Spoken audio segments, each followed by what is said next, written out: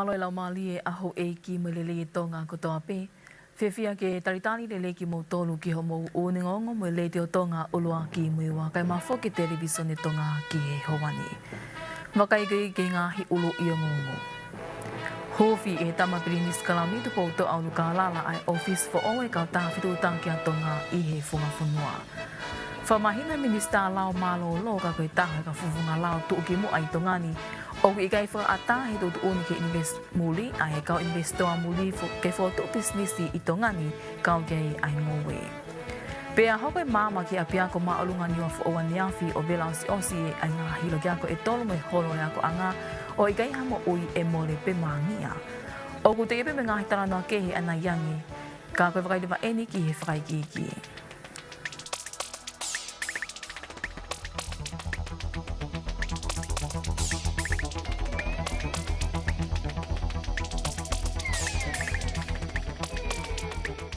Ne hofi e pongpong e ahoni he tamapirini skalau ni tu pouto alu ka lala e office for all e kau tāwhitu tāki a Tonga i he funga whanua.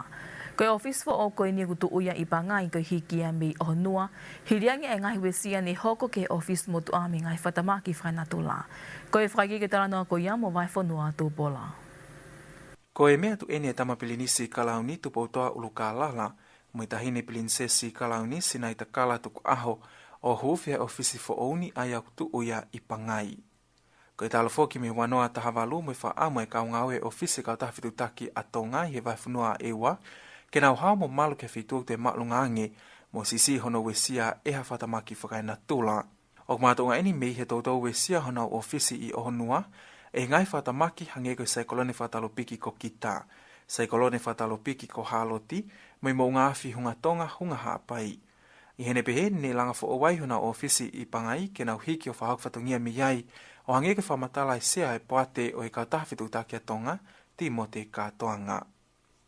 I ngahi tausi i kua mariu atu, na ia ngahi whakaitamaki whakainatula, ne si lawe tu ki ai funga whanua. Na kau hene e saikoloni whakatalo piki ko kita, aia nani ahia a Tonga i Februari e wanoa tahavalu. Pena i hoko haki mau ke ofisi o kau taha i ohonua, kai maari e. Na i lawa pe hono whakarerei, pe hoko lerei at pe e whai fuawhatongia. Kai e pereri o i wanoa, ne toi ahi mai ai saikoloni whakatalo piki, e taha ko haloti. O ne mau ia e ki nau kotoa, na hi loto ofisi, kai kei tuu pe ai alanga whare.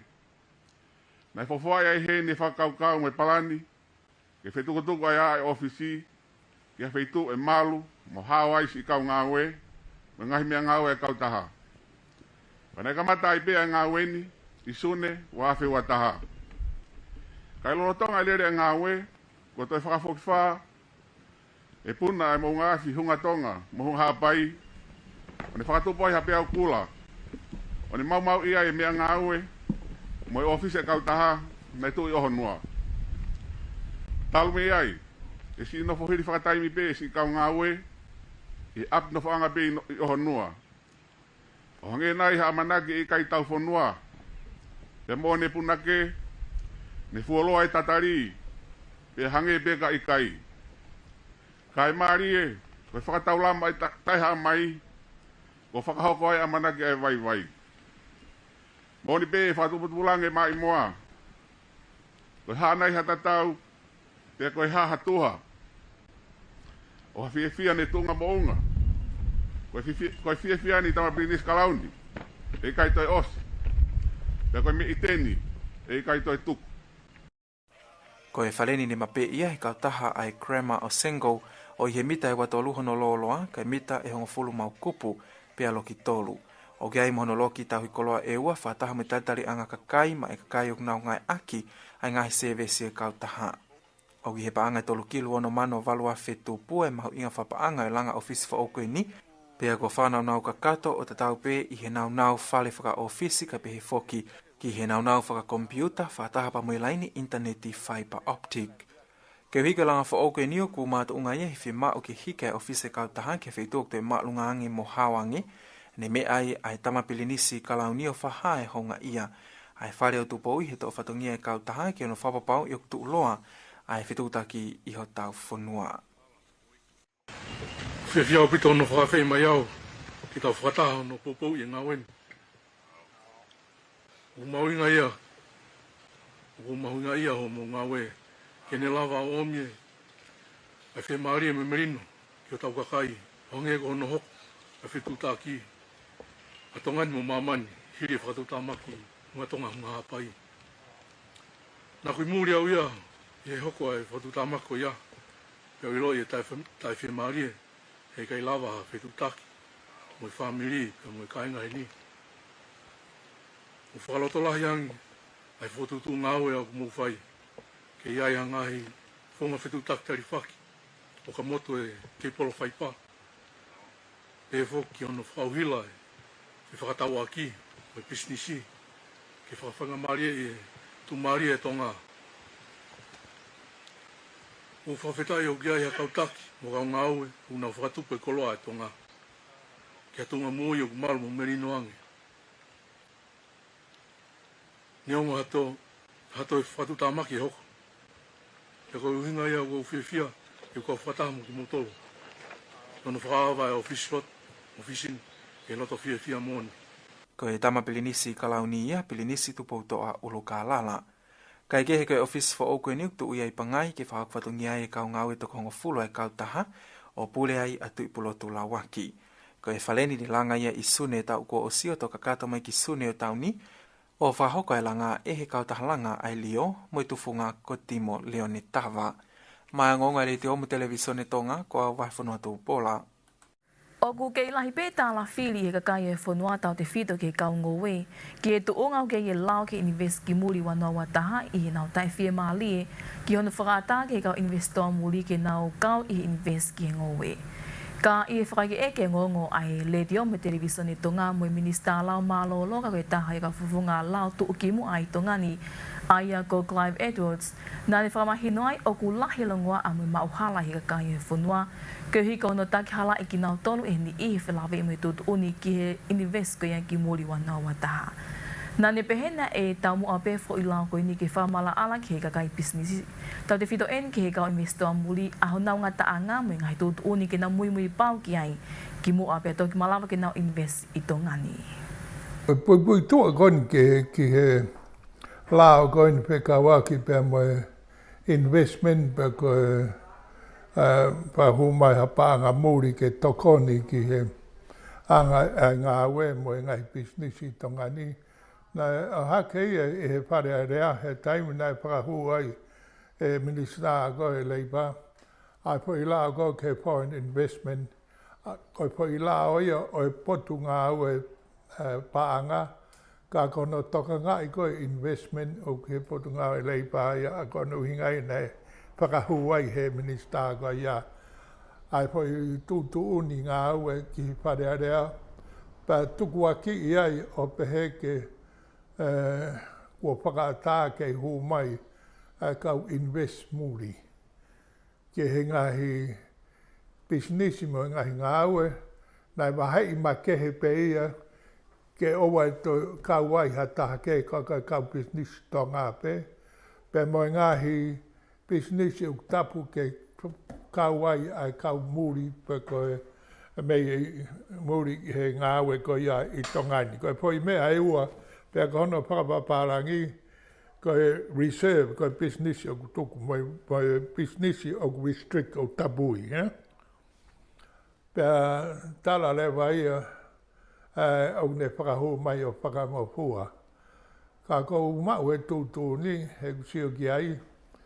O koe lao ia ne o si pāsi ne whakamooni. Whawhai tū ia ki ai.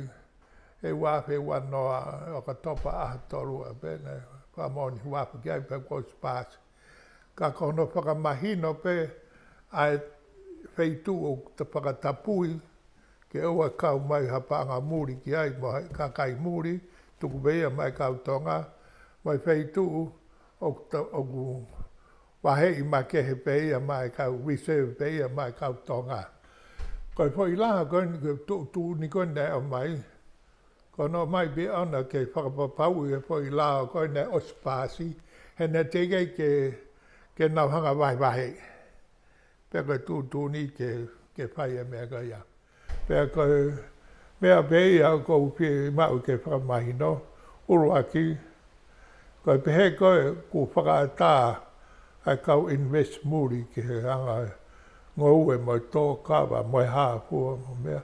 O ku hala au pita, koe ke whakangopu ai e he pai tūtūni nai whakahu mai. Kono whakamala ala mai pe ai lao ia koe mono ngatanga mo mea. Pea hau kai longoa, ko hinga pe ko taki halai. Ai kakai e whanua, pea ko pehe ko taimi ke whakatonga i whakarerei. Ai ke nau tolu tuu mua, ona o mai ke uki e kakai ke ai whakamooni. Whakapoiti kare ke asi o nau hingoa, o nau teke hangai fo i mea mau inga kaka mea hala mo mea. O ngari wari ai e whanua e pahinga pōnga ngā goia. Wa hei makehe ke reserve ke tāwhi pēa mai kautonga. Pea mai tō ungahi ngō mo mea, hei kai ke ngopua ke paha investment ai, na ue si ai tonga, pea tapu ia.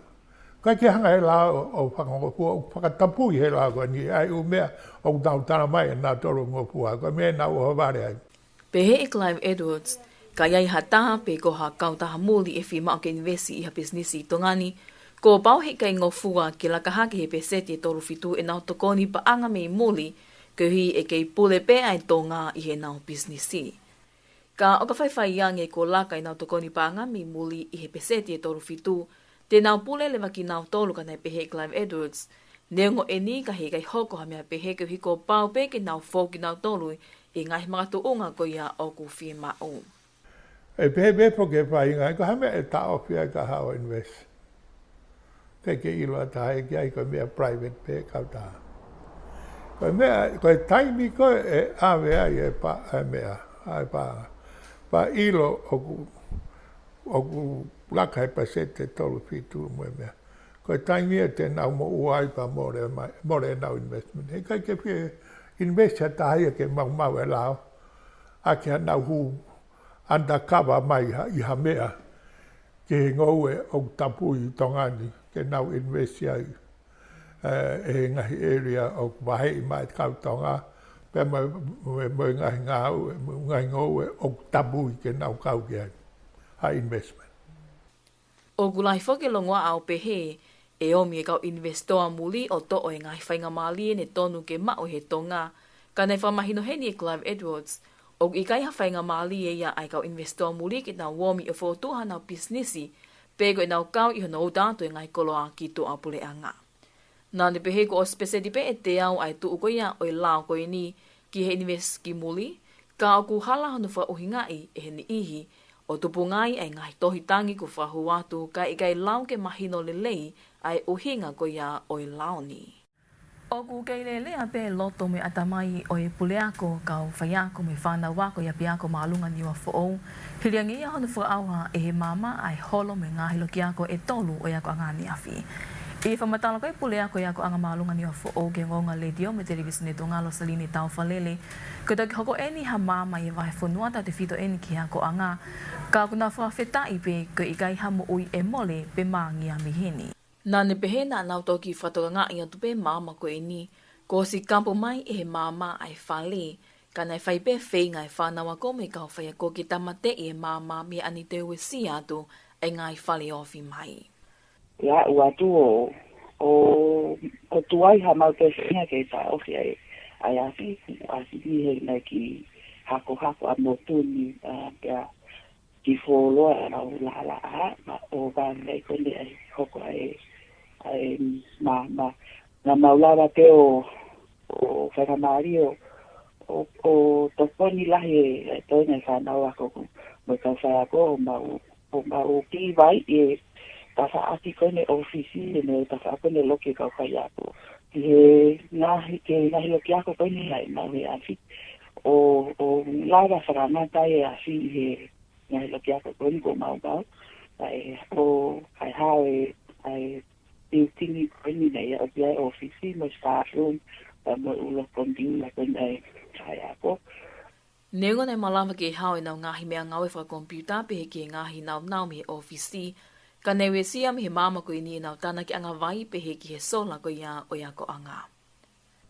Na au ha ko toa e atna ko kare pap ai tahaki kone u ai ngolo ngai yo plako ko i pa mai holo o ku le taksetongi pia yo na u tane fo o taki li ta tamando ni mase i he ofa kona no sila koni na fa fo mai he meiteki ai se tanke tolu tena lava pe o how se tanke tahata uai ni mau ai pito tane kai pete to ha me lo que ako tau te fito ki he na hisea plastiki ai ako kau aki he holo ya fok no mau na hina no ai ako na fok he holo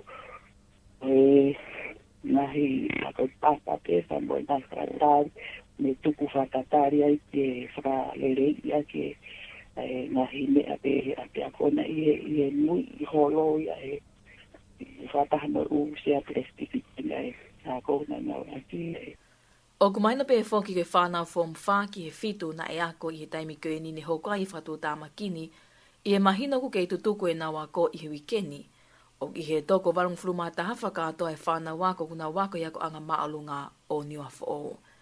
Kai ke hoku kei ko hoka tupe ai whatotono i kau polisi i niwa fō ki tupu anga e māma ni hoko i e mahina ku nau whingai aki whakataheni mo e potu ngawe e tamate awhi a Tongatapu ni a ia o kai hawa a e potu ngawe i niwa fō. Neonga nei malawa ke hao e nau ngahi mea ngawe whakompiuta pe he ki e ngahi nau me he ofisi, ka newe sia me he māma ko i ni e nau tana ki anga vai pe he ki he sola ko ia o ia ko anga. O kumaina pe e whoki ke whanau form whaki he fitu na e ako i he taimi ko i ni hoka i whatu tāmakini i e mahina ku kei tutuku e nā wako i he wikeni, o i he toko warung fluma taha whakātoa e whānau wako kuna wako i ako anga maalunga o niwa fō.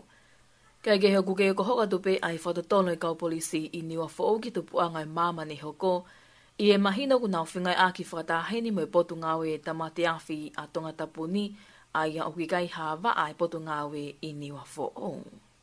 O kulotonga i vai whanua niwa fō e timi ngāwe me he vāsi o loki e pule anga ke whakotu wai a he ngāhi mea fua mo fuike i he vai whanua Alice Tupo mo i whakaikiki. E whamatanga so loki ai pule anga ki Ongoongo Televisone Televisone Tonga tani la kula na ne pehe ai ko e whakakaukau hono whotu ko e mea fua mo fuike i niwa fō ke toi whaingo fua mo tokoni ke ngāwe ko na whahoko i hono tala angahi mo fuike ko ia o kuhoko i vai whanua pe ke ngahi e lia o whia tuki ai. Ko e mea fua mo fuike ko e ni ko e tokonia ai wa anga au e whaseoloki ko e pule anga Australia ki Tongani i e hiri ko ia e pāe mo ngāwhi hunga tonga hunga hapai pe ke hake ko e pea kula i sanuari pea ko e toki whainga mali en ke whotua i he vai whanua tupu me tātai taha ko ke ia i hawaka e wholau ki niwa who'ou. Ko e mea fua mo fuike ko e onwhia inko mea fua mo fuike ki e whituku hoko ai mo fuike o ku vāwere vai me tāla o ku ai ai ngā lulu hoko, pia o ku hoko taki rewa ia mo ngahi mea fua ke, mo ola ngahi mea fua mo fuike ke, e pasiki. Te ala walewa mi ai ke whika i hanga tonu, e whituku hao mi ai mo fuike. Pia me ilo koe whituku ki ai koe mo fuike, e la vai ke tāla pe.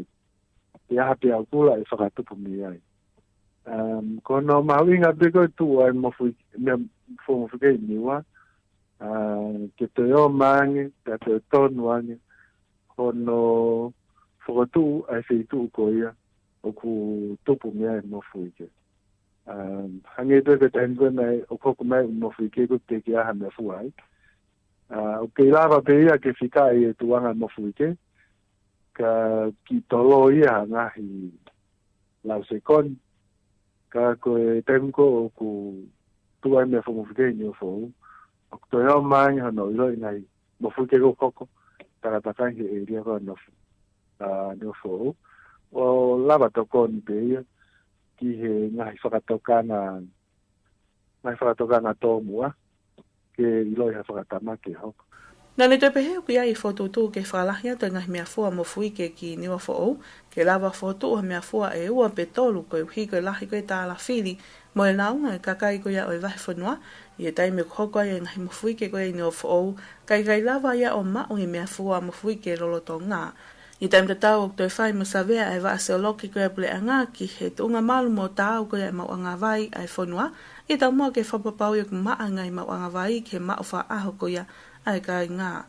Nei pehe tani la kula koe whaamu ke iai haola lelei i hiri koe sawea koe ni mei he ola i he tau wanoa tawalu ai a nei toi fukoviang ia koe hiko i kai koe ke sai ai whatali mei he ngai whale ke sima vai pe koe tanke. Nei ngahi holo whataha ngai me ngai apsiasi, nei uri au pito ngahi sima vai inu, pia iai ngahi whatalia nei osmo ui ngahi ngoue ke kehe ai, koe uhi koe lahi koe ai uri mo e fukoe ptānaki e whatali, kai ke fufulu mau pe.